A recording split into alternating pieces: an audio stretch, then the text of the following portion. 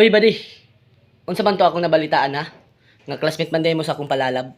Ay sus, Ginoo. Mao na diha karon. Magpa-chay dayon ka sa akong palalab. Di na maayo buddy. Ikaw kita ka na akong kumo. Ing-ani lang ni pero yayay gyapon niya. Di ka magpa-chay sa akong palalab buddy. Sus, Ginoo. Mao na karon diha buddy. Akong giingon sa imo ha. Makabalo lang ko na sige ka diskarte sa akong palalab kay tok unti kag maayo buddy. Tas padol-dol dayon ka sa akong palalab. Aday! Sindahin ka sa akong palalab para mapansin pud kag maayo. Ay sus, di na mao buddy. Mao na karon.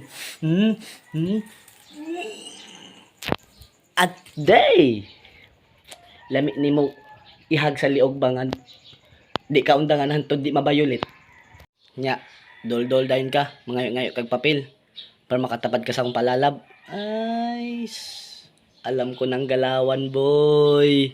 Ay nadiha badi kung naan ay tag-iya sa babae naay nay tag-iya ayaw naghilabti sus ikaw manghanap pa jud kag bikil ba. Aday ikaw tas paligo tingin dayon ka sa akong palalab.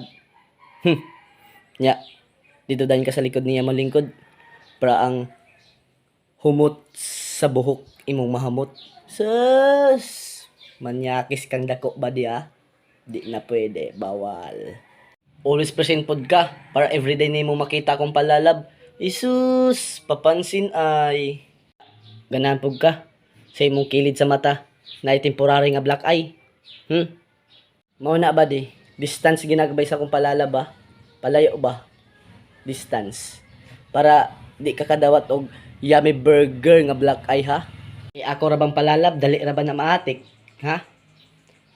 Ginagmay nga istorya nga mga pabula makuha ra ba dayon na? Mao na sila daan ta ka ba di? Ha? Giing nandaan ti ka.